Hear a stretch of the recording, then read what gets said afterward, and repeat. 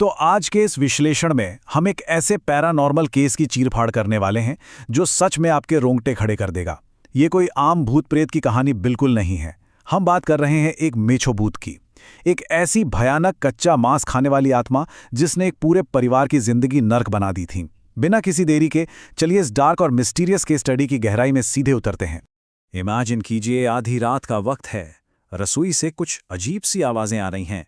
मंदाकिनी जब वहां पहुंचती है ना, तो जो नज़ारा उसने देखा वो किसी के भी होश उड़ाने के लिए काफी था। सुगंधा वहां जमीन पर बैठी थी और उसके हाथों में एक कच्ची मछली थी। हाँ, बिल्कुल कच्ची, जिसे वो चबा रही थी। उसके कपड़ों और मुंह से खून टपक रहा था।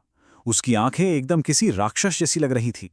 और फिर उसके मुंह से जो शब्द निकले, मुझे भूख लगी थी, इसने मच्छी खिलाई, अब मैं इसके साथ रहूंगी। ये कोई मानसिक बीमारी नहीं थी, ये एक गहरे डरावने खौफ की बस एक शुरुआत थी। आगे बढ़ते हैं फेज 1 की तरफ, द ग्रोटेस्क इन्फेक्शन, यानी एक वीभत्स संक्रमण। देखिए, ये जो अलौकिक शक्ति थी ना, ये कोई आम अदृश्य साया नहीं थी। इसका असर बिल्कुल फिजिकल, कच्चा और सच कहूं तो बहुत घिनौना था। जैसे कोई बीमारी घर में तेजी से फैलती है, बिल्कुल वैसे ही। आधी रात को सुगंधा कच्ची मछली चबा रही थी, जानवरों जैसी आवाजें निकाल रही थी। फिर थोड़ी और रात बीती तो इंद्राणी के कमरे के दरवाजे पर बहुत जोर जोर से, एकदम हिंसक तरीके से कोई पीटने लगा और बाहर से एक भयानक आवाज आई जो कच्चा मांस मांग रही थी। लेकिन असली खौफ तो सुबह देखने को मिला। जैसे ही रोशनी हुई, घर के ठीक बाहर जानवरों के कटे फुटे टुकड़े और खून ही खून बिखरा हुआ मिला, और सुगंधा वो अपने ही बिस्तर के नीचे बेहोश पाई गई। ये साफ था कि ये कोई भ्रम नहीं, बल्कि एक सीधा और हिंसक हमला था। अब आते हैं फेज 2 पर, अदृश्य शक्ति की पहचान। परिवार ने मदद के लिए भुवन नाम के एक जानकार व्यक्ति को बुलाया, और पिछली रात की एक घिनौनी घटनाएं सुनकर ही उसके माथे पर पसीना आ गया। उसने जो खुलासा किया वो वाकई किसी को भी डरा देगा। उसने कहा, यह मेछो भूत है। बेसिकली ये एक बेहद दुष्ट आत्मा होती है जो ज्यादातर नदियों के सड़े हुए किनारों के आसपास भटकती है। इसकी सबसे बड़ी पहचान क्या है? कच्चे मांस और मछली के लिए इसकी भूख, जो कभी खत्म नहीं होती। सच तो यह है कि इसे जितना खिलाया जाएगा ये उतनी ही ताकतवर होती जाएगी। और आखिर में क्या होता है? ये जिंदा इंसानों के शरीर पर पूरी तरह और बहुत ही हिंसक तरीके से कब्जा कर लेती है। इसी खौफ की वजह से तो आसपास के लोग उस नदी और हवेली के पास फटकते तक नहीं थे। और फिर अगली ही रात हालात और भी ज्यादा बिगड़ गए। हॉन्टिंग का लेवल एकदम भयानक हो गया। सुगंधा पूरा दिन एकदम बेजान सी बिस्तर पर पड़ी रही, जैसे किसी ने उसके अंदर की पूरी ताकत निचोड़ ली हो। और जैसे ही रात हुई, घर की बंद खिड़कियां अचानक से एक तेज झटके के साथ खुल गईं। ऐसा लग रहा था जैसे कोई अदृश्य ताकत दरवाजों पर बाहर से भारी सामान पटक रही हो। पर पता है सबसे ज्यादा डरावना क्या था? बिस्तर के ठीक नीचे से आने वाली खुरचने और रेंगने की आवाजें। पूरा का पूरा परिवार एक ऐसी दहशत के चक्रव्यूह में फंस चुका था जहां उन्हें शारीरिक और मनोवैज्ञानिक दोनों तरीके से तोड़ा जा रहा था। और अब शुरू होता है फेज 3, अ डिसेप्टिव डिमोनिक शिफ्ट, यानी एक ऐसा शैतानी छलावा जिसकी किसी ने उम्मीद नहीं की थी। अगली सुबह एक सिद्ध बाबा को बुलाया जाता है। बाबा ने सबसे पहले बेहोश पड़ी सुगंधा पर एक लोहे की कील से अपना टेस्ट किया, पर कुछ नहीं हुआ, जीरो रिएक्शन। लेकिन जैसे ही बाबा ने वही कील इंद्राणी के आगे की तरफ की, बाप रे, सब कुछ पलट गया। इंद्राणी की आंखें अचानक से लाल होकर चमकने लगीं और उसके अंदर जैसे 10 आदमियों की राक्षसी ताकत आ गई। उसने तपन और भुवन जैसे तगड़े आदमियों को उठाकर ऐसे फेंक दिया जैसे वो रुई के बने हों। समझ रहे हैं आप? वो मेछो भूत सुगंधा के अंदर था ही नहीं। असल में उस रात जब इंद्राणी ने डर के मारे अपना दरवाजा बस थोड़ा सा खोला था ना, बस उसी एक नन्ही सी गलती का फायदा उठाकर उस परजीवी आत्मा ने अपना टारगेट बदल लिया था। बाबा ने इस बात को साबित करने के लिए जो किया वो इस पूरे केस का सबसे घिनौना हिस्सा है। ध्यान से सुनिएगा। उस आत्मा को बाहर लाने के लिए बाबा ने कुछ मंत्र पढ़े और एक अभिमंत्रित लौंग इंद्राणी की जीभ पर रख दी। और उसके बाद जो हुआ ना, उफ, इंद्राणी का शरीर बुरी तरह ऐंठने लगा और उसने वहीं पर उल्टियां करनी शुरू कर दी। पर उन उल्टियों में से निकल क्या रहा था? सड़े हुए जानवरों के आधे पचे हुए टुकड़े, हड्डियां और कच्चा मांस। हाँ, ये वही टुकड़े थे जो सुबह घर के बाहर मिले थे। यानी रात के अंधेरे में जो कुछ भी वीभत्स बाहर हो रहा था वो दरअसल इंद्राणी के शरीर का इस्तेमाल करके किया जा रहा था। सोचिए उस परिवार पर क्या बीत रही होगी।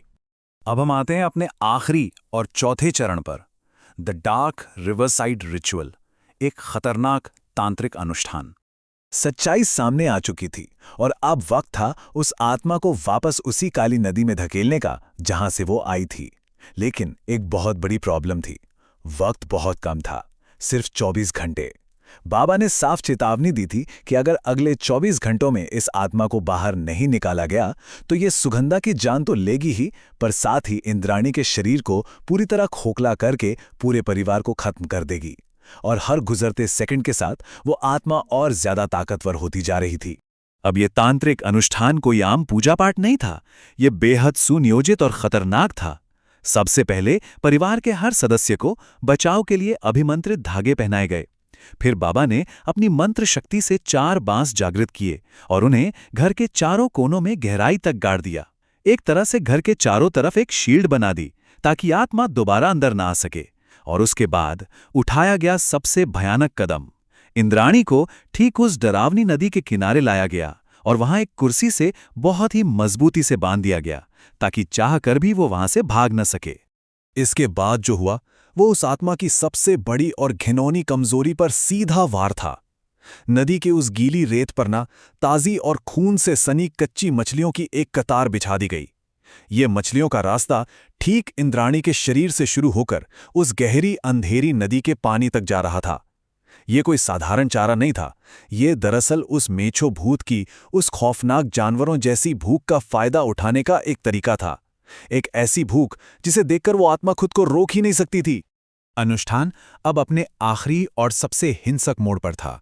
बाबा ने बहुत जोर जोर से मंत्र पढ़ना शुरू कर दिया। इन मंत्रों की वजह से इंद्राणी के अंदर मौजूद वो आत्मा बेहद दर्द में चीखने और तड़पने लगी।